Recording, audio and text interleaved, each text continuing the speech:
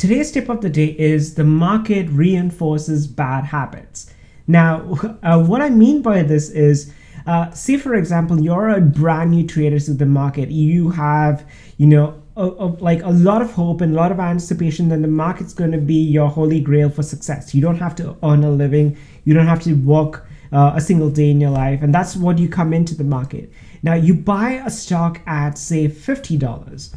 Now, if the stock goes down 20% and it comes back and it ends up with either a break even or a profit, that would actually reinforce bad behavior or bad habits in you.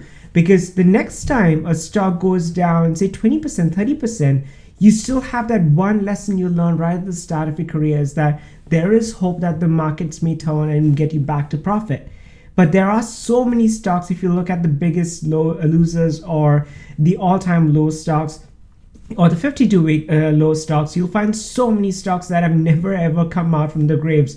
So keep in mind that, like the markets can enforce like really bad habits in you if you don't train your mind and discipline yourself to know what's the right way and the wrong way to trade. So the earlier you have these mistakes, the better it is to come out strong at the other end of it. So keep that in mind.